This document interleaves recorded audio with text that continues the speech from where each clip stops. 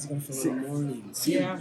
I feel amazing. I always feel amazing. Like it's crazy. I think the years of skateboarding got me ready for wrestling because ain't nothing worse than falling on concrete. The ring is stiff, but concrete is way worse. And I think a lot of it goes into my recovery that I do outside of the ring. What people don't see is like I'm obsessed with like recovery and like yoga and dry needling, which is acupuncture, and like all these like ice baths and all that stuff. Is like I'm obsessed with it. A lot of people think I'm just like some carefree guy who's just jumping off of ladders and who cares. But like I'm really serious about like physical like therapy and stuff because I want to be as crazy as long as possible. I think that's really important to like tell people and show people. Yeah. Because I think a lot of people like jumping off and this and that. But I used to skateboard and rollerblade, and I know concrete is unforgiving. And then you feel, you hit a ring, and it's like, okay, yeah, it's not as hard as concrete. It's hard, but it's not as hard as concrete. But the after recovery stuff is very important. And also, I don't take any pain pills. I'm straight edge, and I don't do anything. Like, I'm just take care of yourself, like stretch, and I think a lot of it is like mental. Like you have to be like mentally strong and like, because if you tell yourself like, oh, I'm in pain, like you're gonna believe it, But if you do the opposite, you're like, this ain't shit, then you believe that, and that's what I've been doing, and I feel wonderful. So you'll probably see. I don't know if I'm gonna make it as long as Sting is, but I'll be around. I'll be around for a minute until I get like naturally want to do something else in my life. Well, has there been any one stunt though after you did it where you were like, moved, where you're like, Surprise? Well, in skateboarding there has, but not in wrestling. No. The next day, so recently, I'd say my biggest thing, recently, stunt-wise, in wrestling was when I jumped off the ladder. I was there for that. Oh, in New York? Yeah. With, Jeff? Yeah. So, yeah, when I was on top of that ladder, I looked down, and I was like, all right, this is where I go to the hospital. And then I jumped, and then when I landed, you can kind of see me in the video. I lean over to Jeff. I'm like, oh, this shit was awesome. And I was like, damn, I did not get hurt at all. And that's a lot of people don't know is none of this stuff really hurts.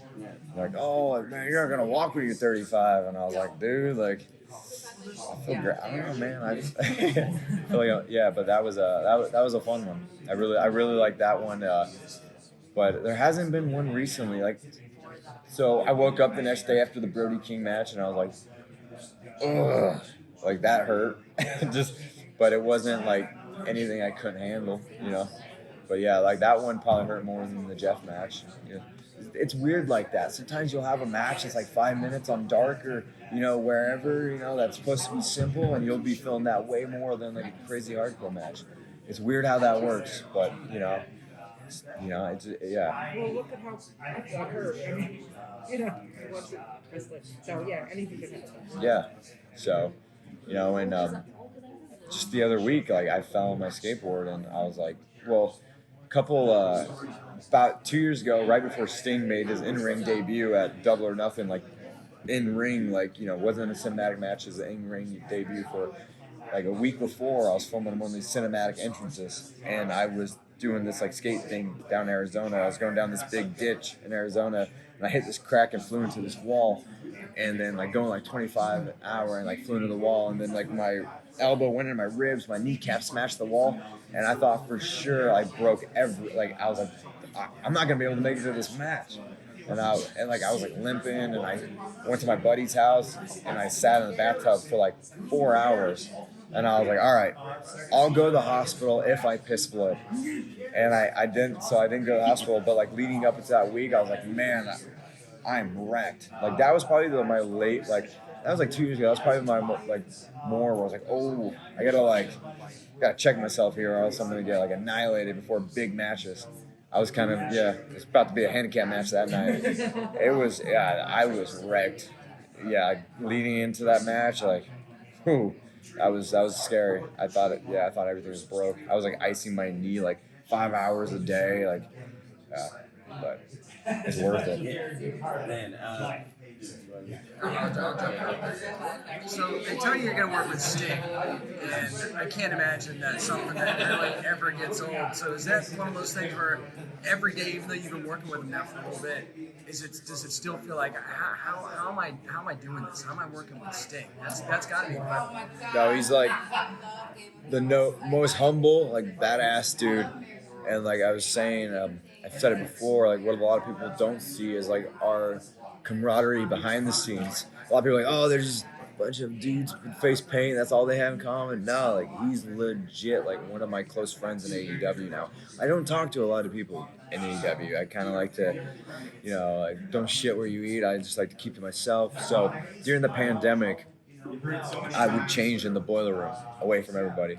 And one day Sting was walking by. He's like, what are you doing in this boiler room? And I was like, I just like my privacy. He's like, all right, my locker room is your locker room from now on. So now that we've been on the road, I changed in Sting's locker room. He's got his own private room and stuff like that. So it's like really nice. Like, so just good, just an awesome dude. So it's grown more than just like what happens in the ring. It's like outside of the ring. We're totally like, yeah, it's awesome. How uncommon is that though in this business? Because it seems to me like that would be something that's super uncommon.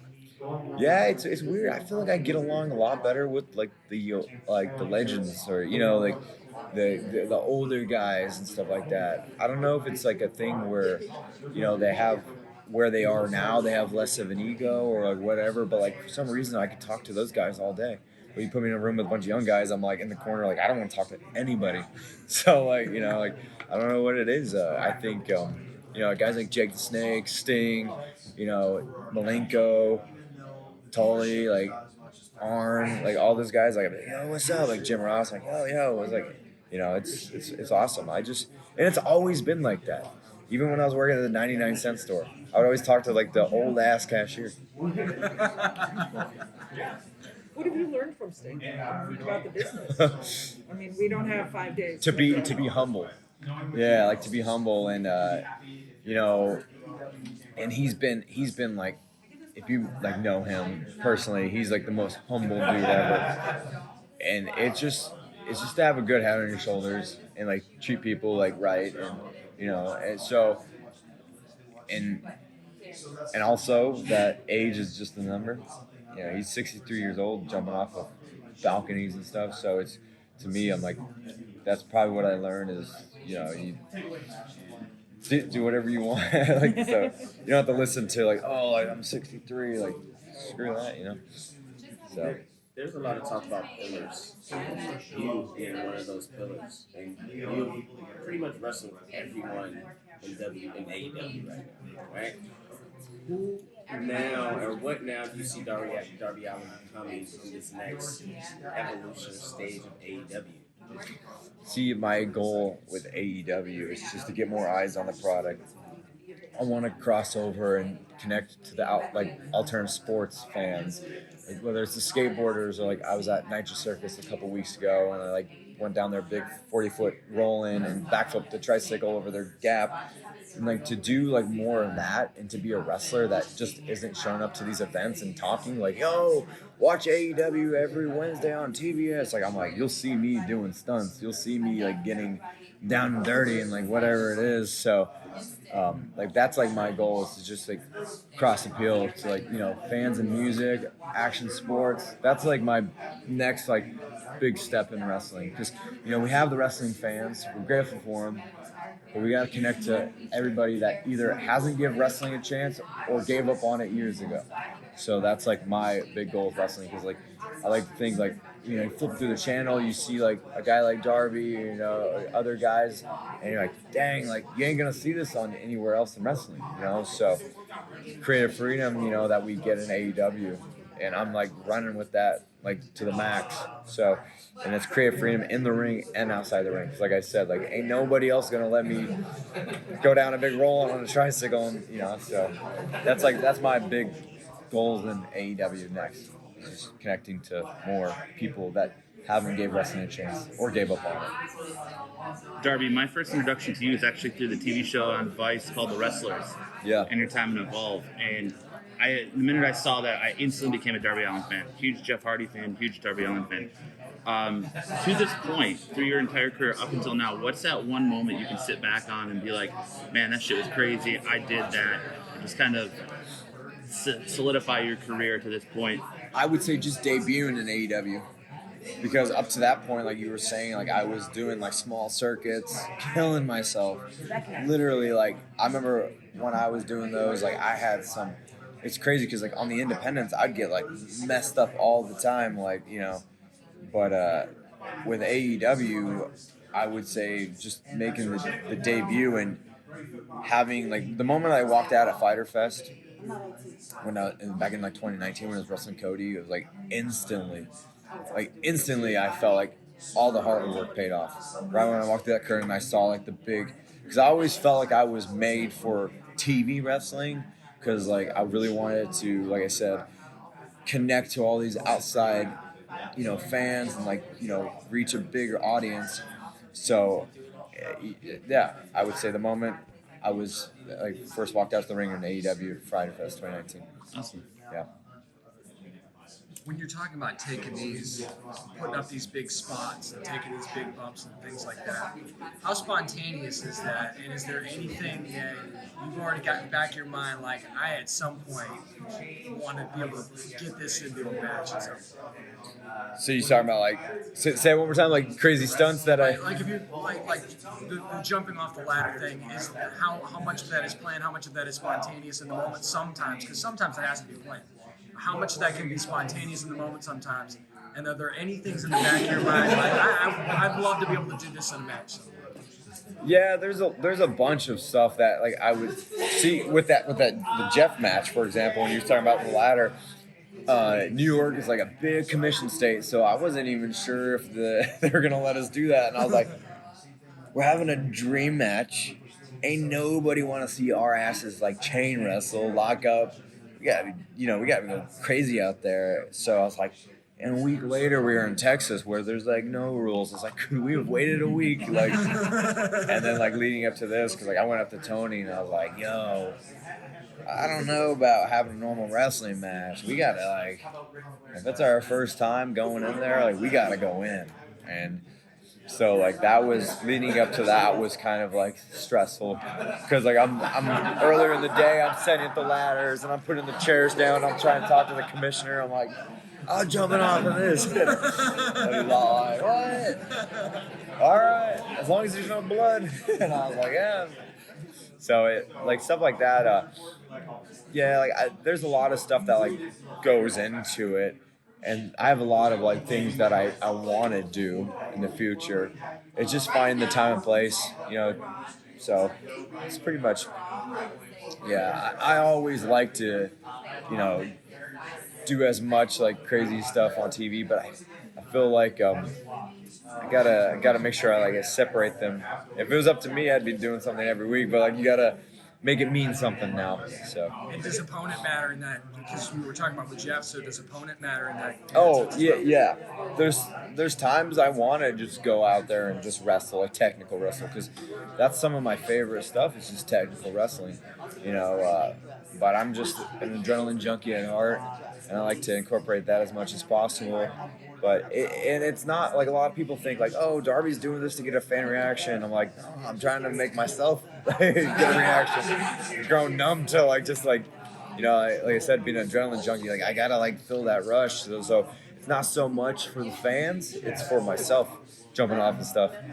I was like, I'm just trying to make myself happy. That comes across too. So Speaking of technical wrestling, you were in MJF. One of, if not arguably the best match of the year, and it wasn't a super crazy stunts or anything like that. It was very technical. Yeah, you beat me with a headlock takeover. Yeah. So it's you do have that balance, and sometimes do you say okay, well, hey, I want to show people this, and not even show people, but for you, I want to do this. Well, what a lot of people don't know is when I started training, I trained in a garage in someone's backyard. Like my trainer buddy Wayne, he had a garage, and the ceiling was super low. So you literally all you could do in there was technical wrestling. So I would do a lot of we would be obsessed with World of Sport. and guys like Dean Malenko, and so. For the first year, I never did any dives or anything crazy like in wrestling. I would just technical wrestle. So it's like whenever I get to show that, and like I said, like just balancing it out. Sometimes it's like to like remind people like, yo, like he does have his basics down, and he's not just but like I said, it just balanced things out. But it was real. See, that match was lots of fun for me. Only like a big reason that match was super important to me is with all the change in landscape of AEW, new guys coming in, whatever. So it's like to remind the fans that the AEW originals ain't nobody gonna touch us. I don't care what anyone says. Ain't that night? That was match of the night. And like I said, you were saying like possibly match of the year. Like I don't care what you give us the ball. People that are hungry, that want to show the world that like the originals are like like that was like in that night like we were on first and we're like follow that everybody, and it was super fun. Yeah. Definitely came off like that. And that's what we talk about to the public. I think you guys are really setting the tone of like doesn't matter who comes in, we are this company. Yeah. You're gonna have to come take it from us. Yeah, no, it's fun because honestly, I love it when new people come in because I don't want to be like the big fish in the little pond. And if people are, complaining about other people coming in from different companies, I was like, maybe you just insecure about your work rate, bro. Like maybe you don't got what it takes. Maybe it's like you want to be a big fish in a little pond. Hell no, man. Bring in the best. Bring in everybody. And I want to compete for that spot because I love competing. I love like going out there and showing people what's up. So, I invite everybody, so and there's all, so like I said, at the end of the night though, you put Darby Allin in one of these big match situations, ain't nobody gonna outshine me. I guarantee that because ain't nobody willing to go where I'm willing to go. Like I said, outside the ring, I'll do all these crazy things. Like inside the ring, I'll do all these crazy things. I feel like a lot of people just don't push it to the limit I push it. They like to play a little safe, so I'll risk it all. Like I don't care. So. That said, as a proud New Yorker, are you looking forward to coming back to Arthur Ashe? I'm very looking forward to it. So when we were there with Sting against FTR last year, that was not only the best wrestling show I've ever been to, it was one of the best live events I've ever been to. Yeah. So that was very special. Like I could feel it like earlier, like when I went there, because like I've never been to that building, and you're looking around, you're like, yeah, this is very special. Like I was very excited for that night. And it was like 23,000, 22,000, something like that. Yeah, like when you get out there and you're in front of that crowd, man, it gives you something. It like takes you to that next level. So it's like I want to be in that next level. Like I always I want to be like, like feeling that adrenaline and going places like Yeah, it was insane. And I mean, with the match that started out was the Kenny and Al Bryan match, and I mean they just stood there for like that's a minute. I remember I was under the stage where the go position was, and I was hearing the people, and I was like, man, this is awesome. This is like as a performer, this is what I live for. I've always been wanting to get to that big stadium type shows. So yeah, that was very awesome. That's good. Thank you. We're going to move right over, and you guys are going to get Chris in just a minute. Okay? Thank you. Thank Later, you so guys. much. A happy Comic-Con. Yeah.